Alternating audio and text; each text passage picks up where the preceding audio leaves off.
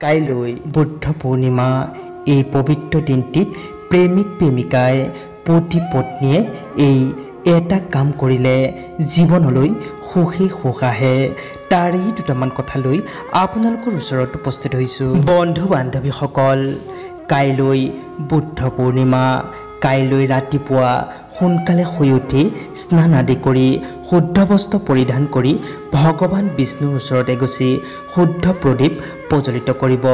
তাৰ পাছত সন্ধ্যা সময়ত এটি পাত্ৰত অলপ পানী ভৰাই তাত অলপ কেঁচা গাখীৰ মিলাই পূৰ্ণিমা ৰাতি চন্দ্ৰলৈ চাই চন্দ্ৰক সেই জল অৰ্পণ কৰিব আৰু ৫-১০ মিনিটমান চন্দ্ৰলৈ চাই হাতযোৰ কৰি আপোনাৰ মনৰ কামনাৰ কথা ক'ব।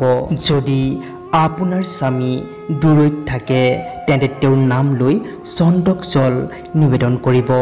এনে কৰিলে আপোনাৰ স্বামীৰ খুবেই মংগল হয়। এই উপায়টি প্ৰেমিক প্ৰেমিকায়ো কৰিব পাৰে।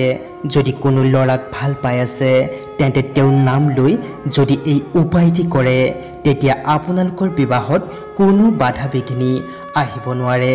ল'ৰায়ো কৰিব পাৰে কোনো প্ৰেমিকাৰ বাবে।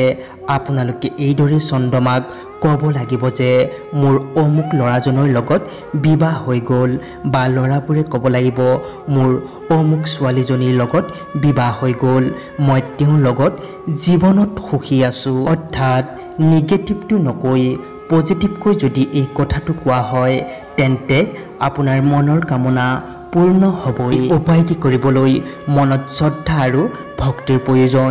যদি আপুনি শুদ্ধ মনেৰে এই উপায়টি কৰিব পাৰে তেন্তে সফলতা আপুনি নিশ্চয়